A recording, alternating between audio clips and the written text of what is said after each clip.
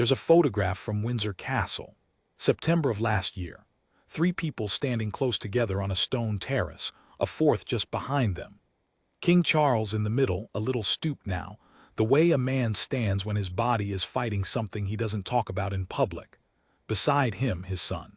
And beside his son, the woman in a deep red coat who, a year earlier, almost everyone had quietly feared the country might lose.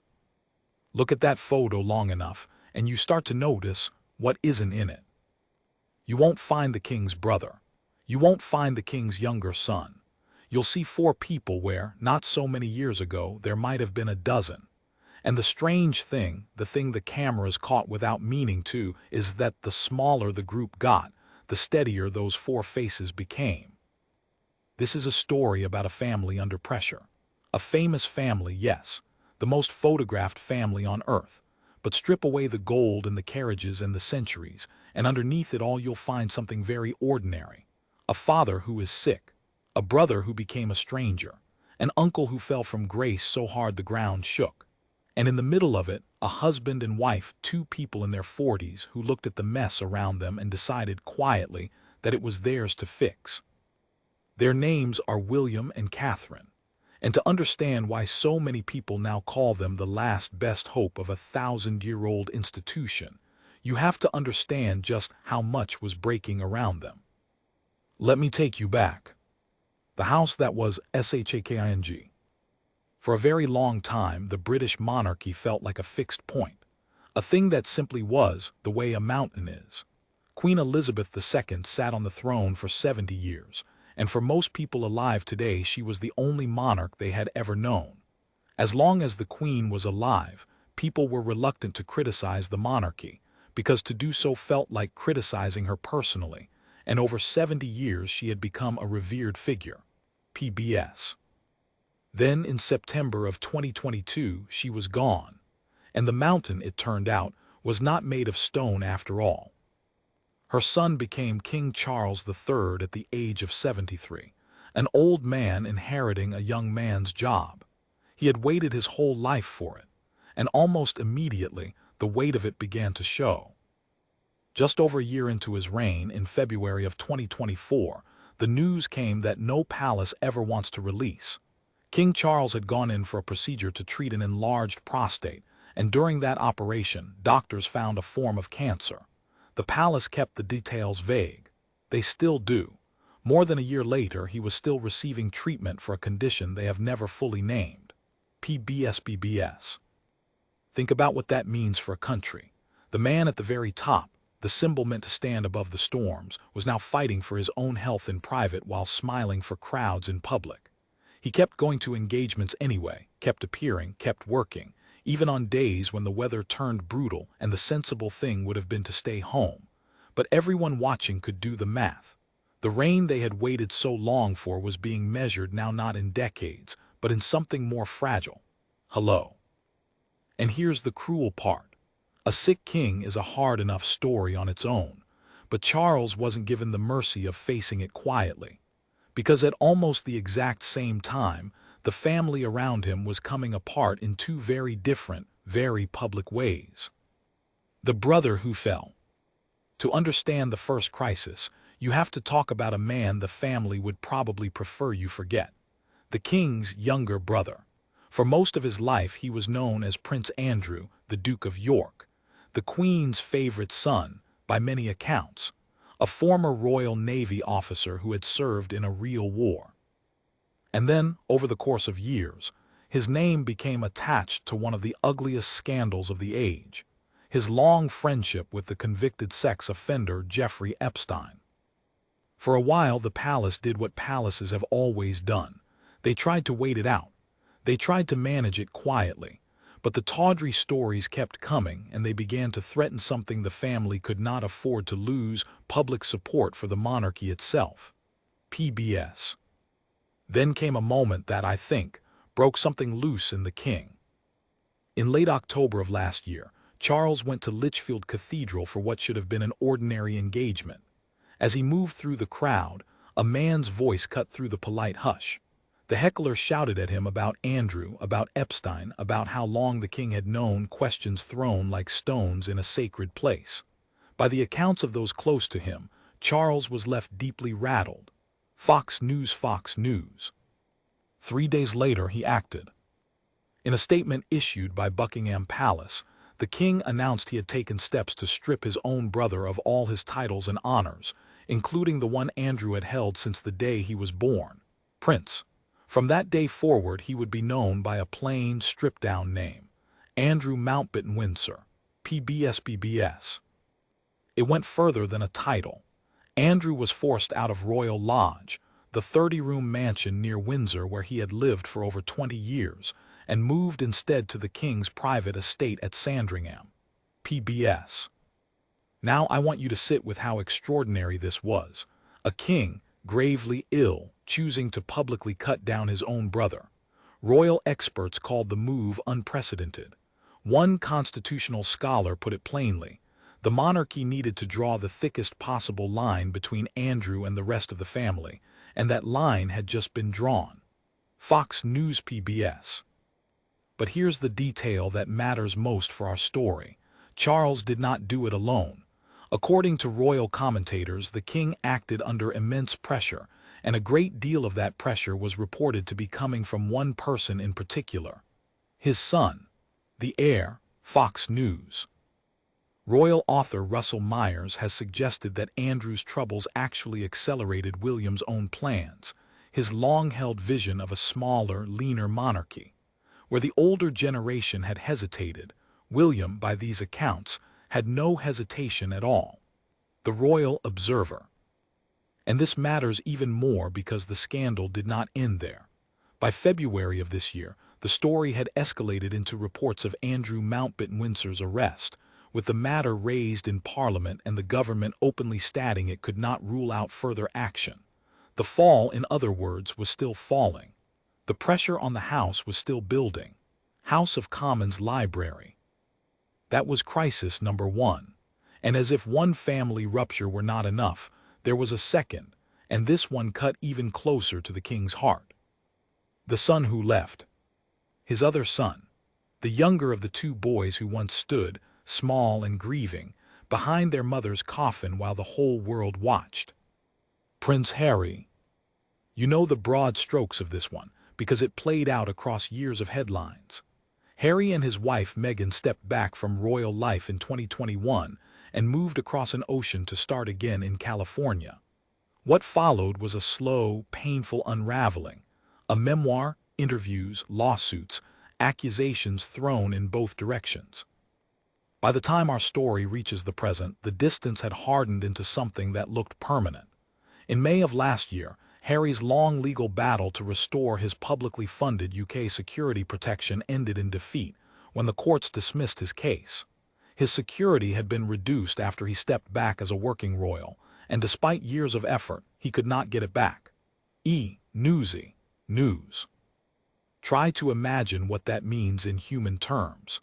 A man who wanted to come home to the country of his birth and felt he couldn't safely bring his family there. The estrangement between Harry and the rest of the family was, by every account, ongoing and unresolved. Hello. There was perhaps one thread of warmth left. Harry and his father met at Clarence House earlier last year, and afterwards Harry seemed quietly hopeful about some kind of return. A dying instinct in an old man to reach his son before the end. But where Charles reportedly still longed to reconnect, the rift between the two brothers was described by royal biographers as something far colder, a breach unlikely to heal. Geo News Nation. So picture the king now. Picture him truly, cancer in his body, one brother in disgrace and under investigation, one son an ocean away and estranged. One royal expert summed it up with brutal honesty: Charles had not had the reign he envisioned. Fox News. And in a family that small, that wounded, that watched, every eye in the country turned to the same two people, the ones still standing on the terrace, the ones who had not flinched, the woman they almost lost. But before we can talk about how William and Catherine became the answer, we have to talk about the year they nearly weren't there at all. because the tension inside this family was not only about scandal. For a long, frightening stretch, it was about survival. In March of 2024, just weeks after the king's own cancer news, the Princess of Wales sat alone before a camera and told the world something almost no one had seen coming. She had cancer too. I remember where I was when that video went out. I think a lot of people do.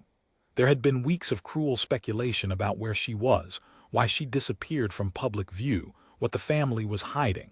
Cruel jokes, conspiracy theories. And then she simply sat down on a garden bench in the spring light and told the truth calmly, gently, like she was more worried about frightening everyone else than about herself. She was 42 years old, a mother of 3 young children, and for the better part of a year after that, the woman so many people thought of as the brightest light in the entire royal family went quiet and went through the treatment and fought for her life away from the cameras. Then in January of last year came the words the country had been holding its breath for. In a message of her own, Catherine shared that she was in remission.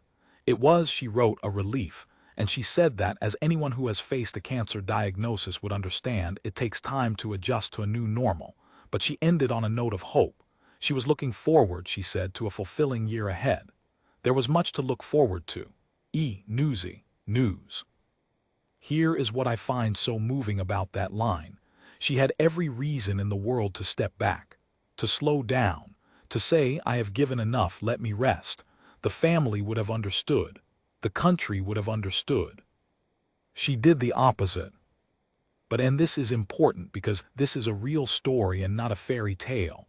Her return was not a sudden, triumphant march back to a full schedule. It was careful. It was human. Last summer, just hours before she was due to appear at Royal Ascot, she pulled out. The palace said she was disappointed to miss it, but that she was still working out the right balance for herself as she returned to public life after her illness. New. I love that detail, honestly, because of how real it is. A woman recovering from cancer, learning in front of the entire world that healing isn't a straight line. That some days you can show up and some days your body says not today. And she let herself say not today, even with the cameras waiting. That, it turns out, would become part of the very thing that made her so trusted. Not perfection, honesty. A quieter kind of strength. So who is she, really, this woman in the red coat? She was born Catherine Elizabeth Middleton to Michael and Carol Middleton, a family that by royal standards was utterly ordinary. She married Prince William at Westminster Abbey on the 29th of April 2011. They have 3 children, George, Charlotte, and Louis, and their family home is Kensington Palace. Nearly 15 years, 3 kids, one of the most scrutinized marriages on the planet, and it has held. Royal family, royal family. But the title and the wedding aren't what made people trust her. It was the work, done quietly, year after year, in the corners of national life that don't usually make glamorous headlines. For more than a decade, she has poured herself into one cause above all others: the earliest years of childhood, from before birth to the age of 5, convinced that so many of society's hardest problems have their roots in those first few years of a person's life. She launched a whole Royal Foundation Center devoted to it, built on years of genuine research, not just photo opportunities. Royal family, royal family. That's the thing people underestimate about her. They see the dresses and the poise and they miss the substance underneath. One royal author who studied her closely said he was struck, again and again, by how genuinely critical she is to the actual running of the monarchy, and by how deeply she understands where it needs to go. Hello. The royal world has a way of describing her now that says everything. They call her the jewel in the crown. When one veteran royal watcher was asked whether Catherine was the family's secret weapon, the reply was unforgettable. "She's the weapon," the expert said, "but not a secret one." Hello, Marie Claire.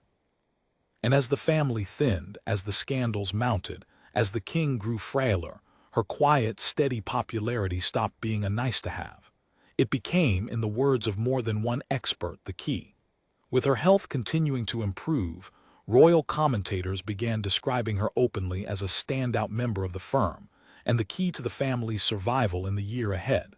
Marie Claire, the man who wants to change it. And then there is her husband, the boy who became the heir, the man who one day will be king. William is different from his father, and he knows it, and he doesn't hide it. Where Charles spent a lifetime in deference and patience, William carries something sharper, a sense, you might say, that the institution he is going to inherit cannot survive simply by carrying on as it always has. He has said as much out loud. In 2025, speaking on camera, William said plainly that change was on his agenda, change for good, and that, far from fearing it, he embraced it and enjoyed it. He was careful to say he wasn't planning anything overly radical, but the change he believes in, he made clear, was the part that genuinely excited him about what's coming. Hello, hello. He even has a phrase for it, and it's a telling one. He talked about doing it differently, about doing it for his own generation, with, as he put it, maybe a smaller R in the word royal. Hello. A smaller R in royal. Sit with that for a second. The future king saying out loud that the answer might be less grandeur, not more. Less distance. Less of the entitlement that nearly sank his uncle. Because that, ultimately, is what the Andrew disaster taught him. Those close to William say that when he and Catherine talk about their vision of a modern monarchy, it is defined as much by what it rejects as what it embraces.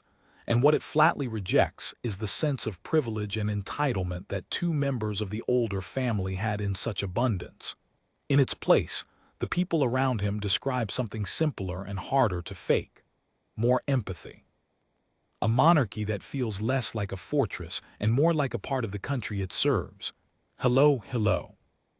This is the steel underneath the smile.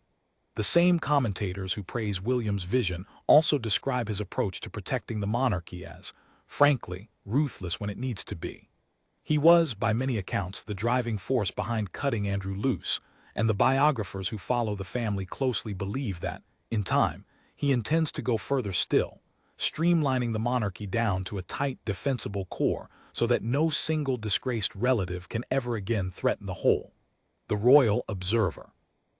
A husband with a blade in one hand, a wife with the trust of a nation in the other, and a sick king above them both, handing down the weight of a crown he can feel slipping.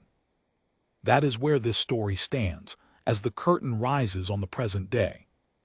Two people, one weight. I want to end this first part where we began, on that terrace, with those four faces.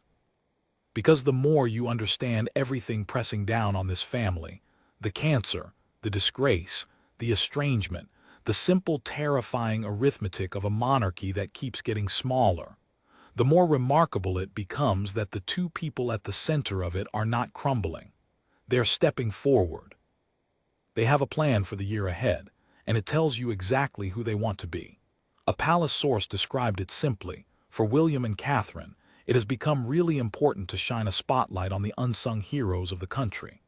The reporting suggests they intend to use at least one engagement every month to do exactly that, to showcase ordinary people and small businesses, the best of Britain, the kind of people royalty has too often walked straight past. Substack. And there is a milestone coming that carries a strange and beautiful weight of history. This spring, the pair are due to formally become Grand Tours of royal warrants, the power to officially recognize and endorse the businesses they believe in. It sounds dry until you learn the detail. Catherine will be the first Princess of Wales in 115 years to be given this centuries-old honor. The last woman to hold it as Princess of Wales did so in 1910. Substack. 115 years. Think about everyone who has come and gone in that time. And the family chose now, this fragile, fractured, frightening now, to place that honor in her hands. It was reported as something she and William had genuinely been waiting for, a chance to lend the weight of the crown to causes they actually care about. The royal observer. That's not the behavior of a family in retreat. That's the behavior of two people quietly being handed the future, one piece at a time. So here is the question that hangs over everything that comes next. Can they actually do it? Can a husband and wife, one of them barely a year out of cancer, both of them watching a beloved father grow weaker by the season, really hold up something as old and heavy and wounded as the British monarchy? The country is betting that they can. The palace is betting that they can. And in the chapters ahead, we're going to look closely at why so many people, watching these two move through the storm without flinching, have started to believe the same thing. They are not a king and queen yet, not for some time, God willing. But somewhere along the way, in the middle of all that breaking, they stopped being simply the next in line. They became the hope. There's a sound you don't expect to hear at a royal parade. It's the 13th of June this year. Trooping the color, the King's official birthday parade, the great annual showpiece of the British monarchy. Horses, gold braid, the crimson tunics, a flypast roaring over the mall, and in the crowd, somewhere among the thousands of waving flags, a knot of people who didn't come to cheer. They came to boo. As the Princess of Wales passed by, anti-monarchy protesters booed her. Booed her, the woman the country had spent a year praying for. And I bring this up first, before anything else, because it tells you the truth about where this family really stands right now. This is not a fairy tale where everyone has decided to love them again. The ground underneath them is still moving. The questions are still being shouted in the street.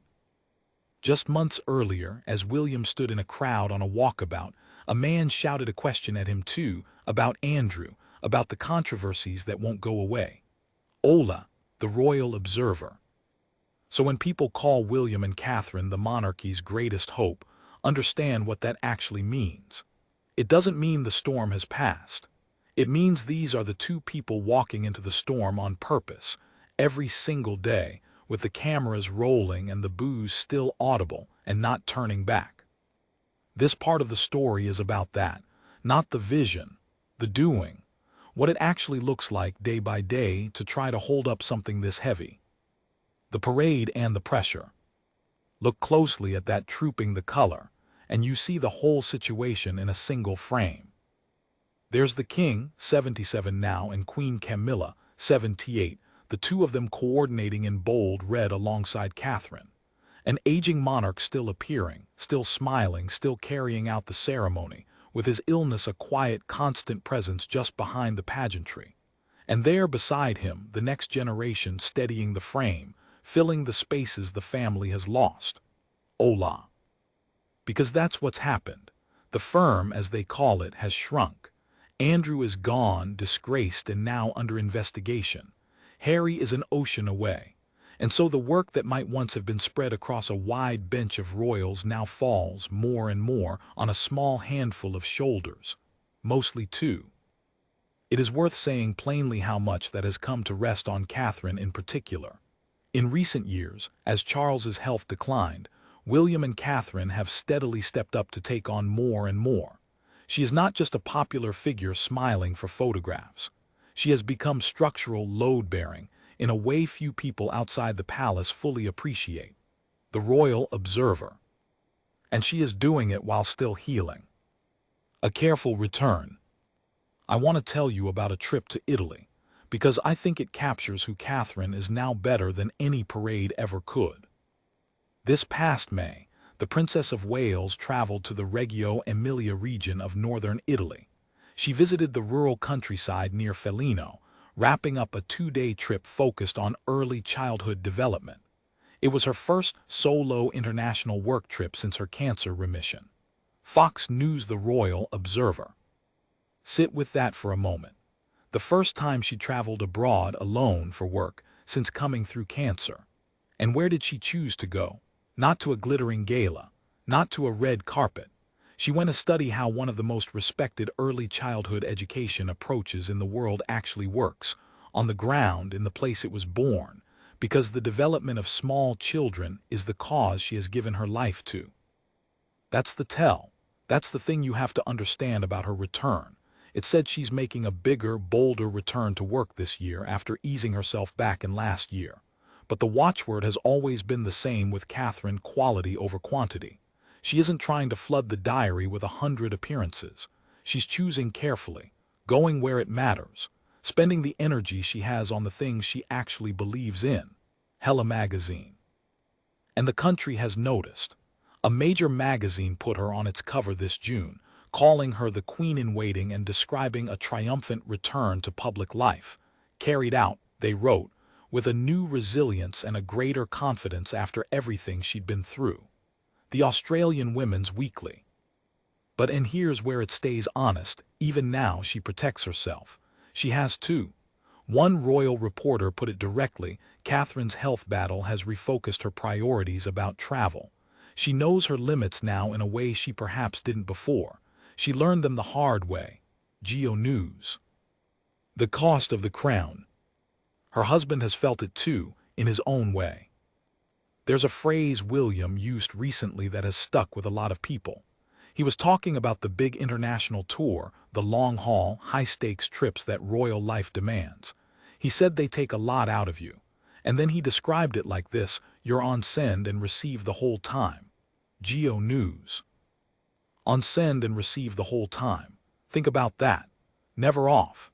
Never able to just be. Every handshake watched, every word weighed, every expression photographed and dissected. For days. And then you come home and there's a sick father and a brother you no longer speak to, and an uncle's scandal still leaking into the headlines, and 3 children who need their dad to just be their dad. People forget the human being inside the role. They see the crest and the motorcade and they forget there's a man in his early 40s carrying his father's illness and his family's wreckage and 1,000 years of expectation, all at once. This is why the question of the World Cup became such a quiet little window into how they're operating now. The World Cup they might miss. Here's the situation. William is, without much argument, the biggest football fan in the entire royal family. His cheering, his celebrations, all of it on full display whenever he's at a match. And this summer, the World Cup is being co-hosted by the United States, Canada, and Mexico. England's match is set to be played in New Jersey on the 27th of June. As patron of the Football Association, William would have every reason in the world to be there. The Royal Observer +2. A few years ago, you'd have said he'd go in a heartbeat. Bring the kids, even. George especially is a huge football fan, and the family has taken the children to big matches before. The Royal Observer. And yet, as of now, the signs are that they're holding back. One well-connected royal reporter said plainly that William and Catherine are most likely skipping the tournament this time, unless one thing changes. If England actually reached the final, she said, she'd be very surprised if William stayed away. He's always backed the team. He has close friendships with players, and he would absolutely want to be there. The Royal Observer, the Royal Observer. But short of that, they're packing themselves.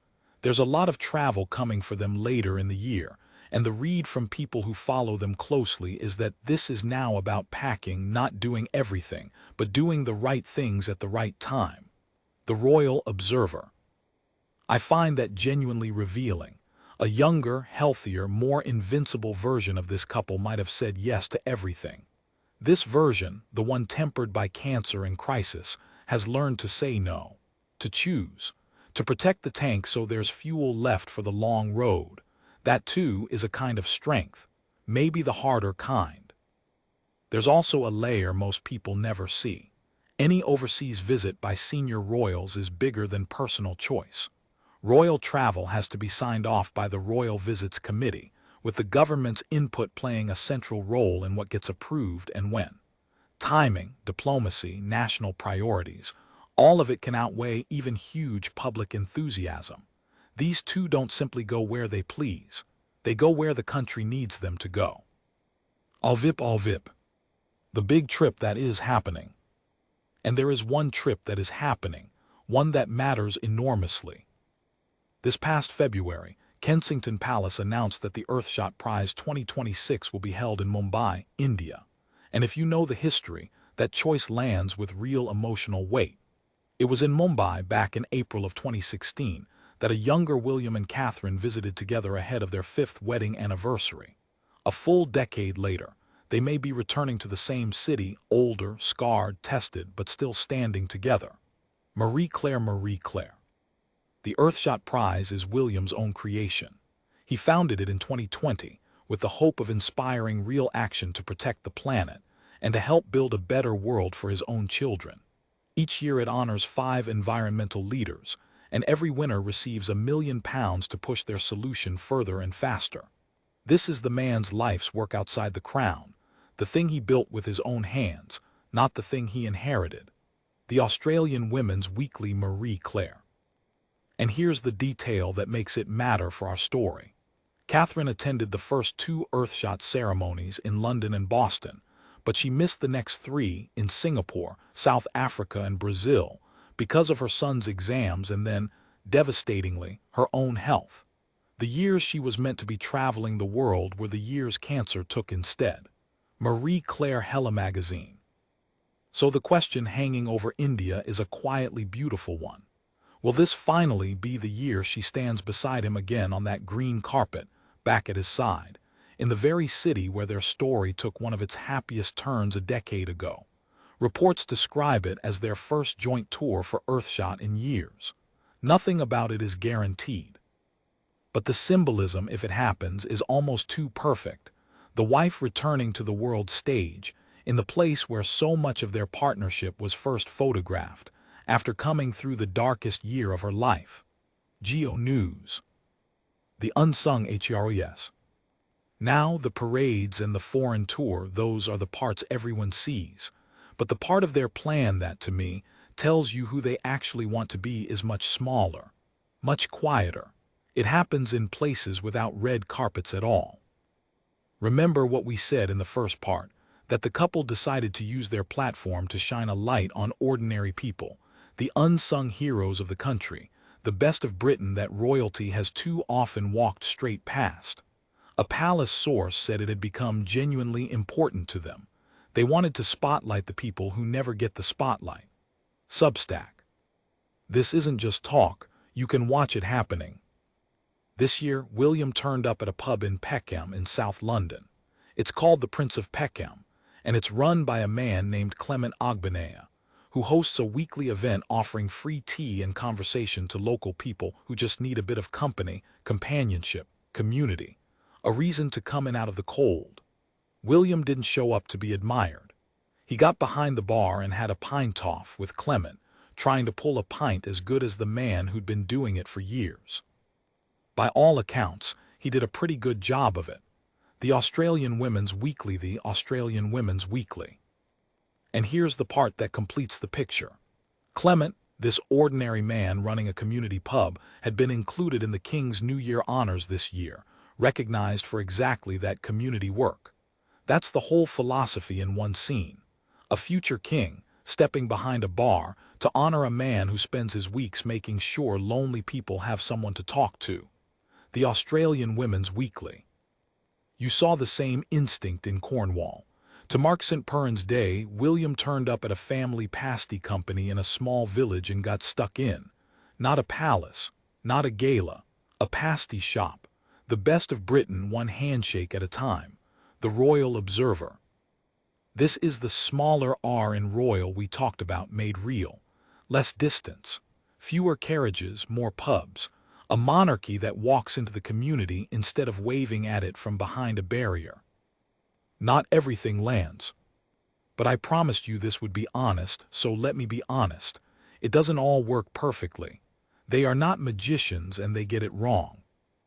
On one visit to Wales, images of schoolchildren left standing in the rain during a carefully arranged royal engagement sparked criticism online, with people questioning the optics of it all. The cynics pounced. A reminder that even the most carefully managed royal moment can tip, in an instant, from heartwarming to awkward. The Royal Observer. And the intrusion never stops either. Earlier, when the family was on a quiet ski holiday in the Alps, a French magazine published photographs of them that they considered grossly intrusive, and they began legal proceedings over it. Even healing, even resting, even being parents on a holiday with their kids, None of it is fully theirs. The lens is always there. The Australian Women's Weekly. So no, this isn't a clean victory lap. It's a grind. It's booze at a parade and rain-soaked children and intrusive photographers and a body still recovering and a father still ill. And they keep going anyway. That's the point. That's the whole point. The children growing up. And underneath all of it, life keeps moving in the most ordinary way imaginable. This July, their eldest, George, turns 13, a teenager, the second in line to the throne, and also just a boy who loves football, growing up faster than his parents can quite believe, the way every parent feels it. His school future for the next stage was confirmed by Kensington Palace this June. And there's a sweetness in the background. George and his grandfather, the king, are reported to share a genuinely close bond, with Charles acting as something of a mentor to the grandson who will, one distant day, wear the crown himself. Geo, TV+2. That detail matters more than it might seem, because for all the talk of strategy and survival and slimming down the monarchy, this is, at the end of the day, a family. A grandfather running out of time, pouring what he can into a grandson. A mother who fought cancer so she could keep watching her kids grow up. A father trying to build a world worth handing to them. This past Father's Day, Catherine shared a photo of William with their daughter Charlotte from this year's Trooping the Color, with a simple message from all three children: happy birthday and happy Father's Day to the best papa in the world. The Australian Women's Weekly. The best papa in the world, signed by three kids. That's not a press release. That's a family holding on to each other in the middle of a hurricane. Steady hands. So let's step back and look at what this part of the story has shown us. A monarchy shrunk down to a handful of people. A king aging and ill still showing up. Protesters booing in the streets. Hecklers shouting old questions. And in the center of it, two people who have learned through cancer, through scandal, through sheer relentless pressure, exactly how to carry weight without dropping it. They've learned to pace themselves, to say no to the World Cup so they can say yes to India, to skip the gala and go to the pasty shop, to choose the cause over the spectacle, to protect each other's health while protecting an institution. It's why the experts have stopped hedging about Catherine and started simply calling her the key to the family's future, and describing her, with her health still improving, as the standout member of the whole firm. Marie Claire. But the real test isn't this year. It isn't the next parade or the next tour. The real test is what comes after, the day the crown actually passes. The reign that William has already promised will be different. The change, he says, excites him. The smaller R, what does it actually become when these two finally stand at the very top? That's where we're going in the final part. The future. The reign that hasn't happened yet, and the enormous, fragile bet a whole country is placing on two people who, not so long ago, it was terrified of losing. There's a number I want you to hold in your mind as we begin the end of this story. 55. That's the percentage of Britons who, in polling done this past March, said they'd still prefer a monarchy over an elected head of state. Now 55%, a majority. Monarchists still outnumber Republicans 2-1. That sounds healthy, doesn't it? Solid. Safe. Ipsos. Except for this. It's the lowest level of support that pollster has recorded in 33 years, since they started asking the question back in 1993. At the height of the family's popularity in the Diamond Jubilee year of 2012, that number stood at 80%. 80, down to 55 in a little over a decade. International. And here is the part that should keep a future king awake at night.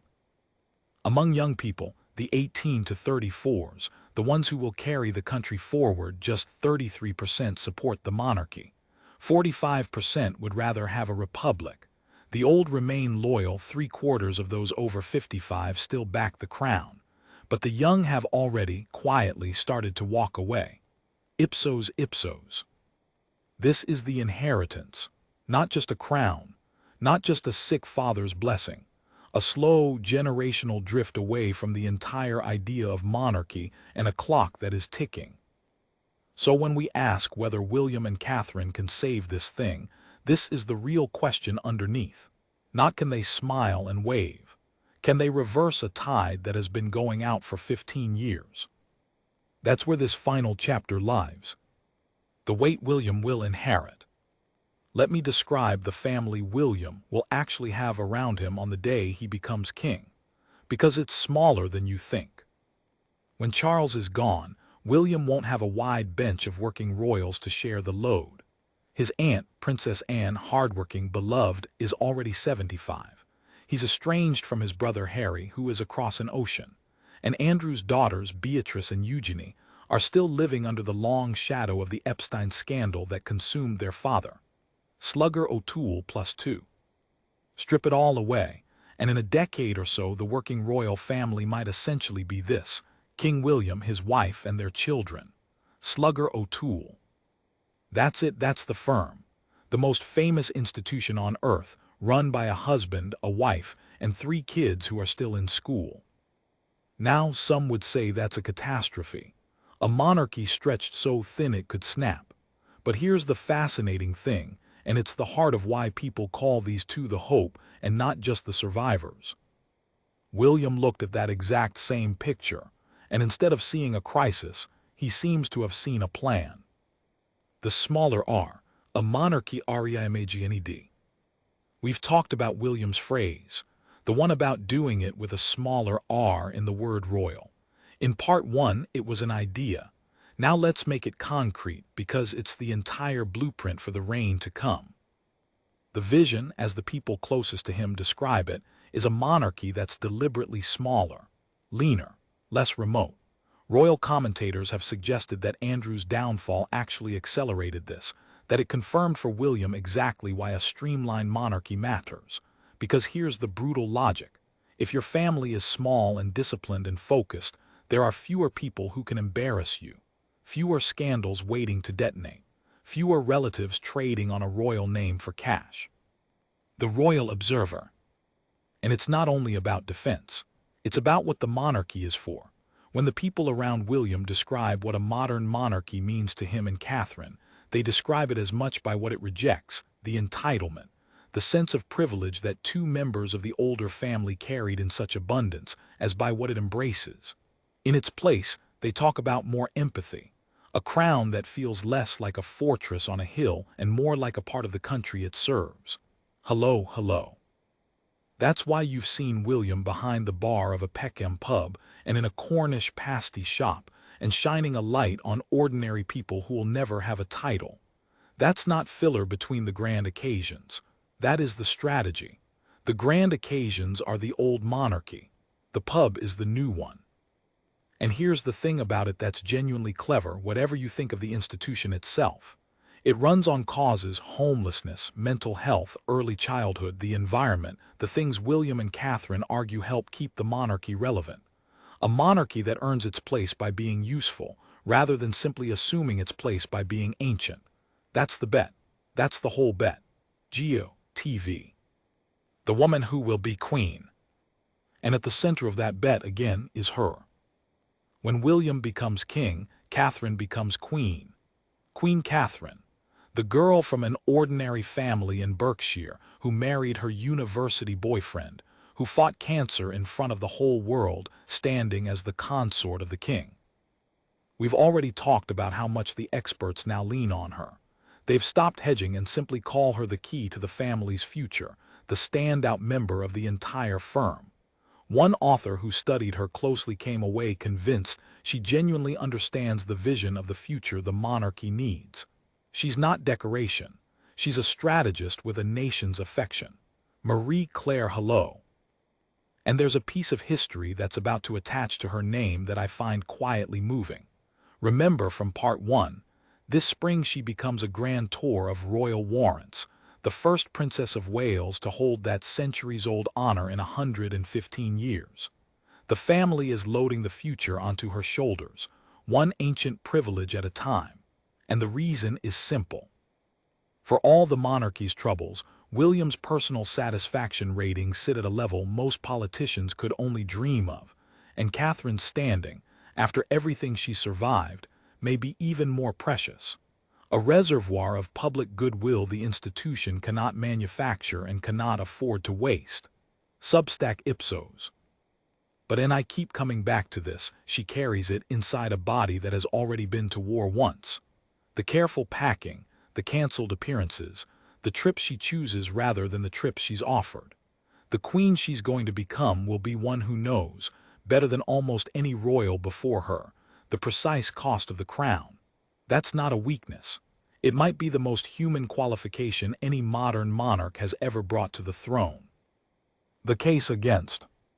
Now I have to do the thing that any honest telling of this story demands.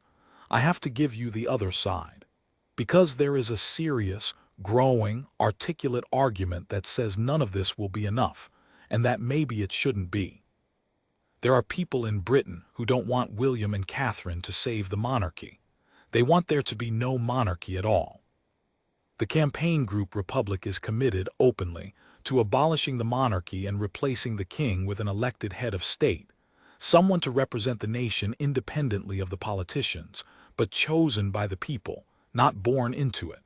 And their argument has two prongs that are landing harder than ever right now. Republic. The first is money. Republic points to the duchies, the vast private estates that fund the royals. Last year, they note, the Duchy of Cornwall paid William £23 million, and the Duchy of Lancaster paid Charles £27 million. That, they argue, is money that could be going to communities and public services instead. In a country where many people are struggling, the optics of that kind of private royal income have become harder and harder to defend. Republic. The second prong is Andrew, and it cuts deep. The pollsters and analysts widely believe the Epstein revelations about Andrew are a major driver of the collapse in support. And the truly corrosive part, some argue, isn't only the sexual disclosures.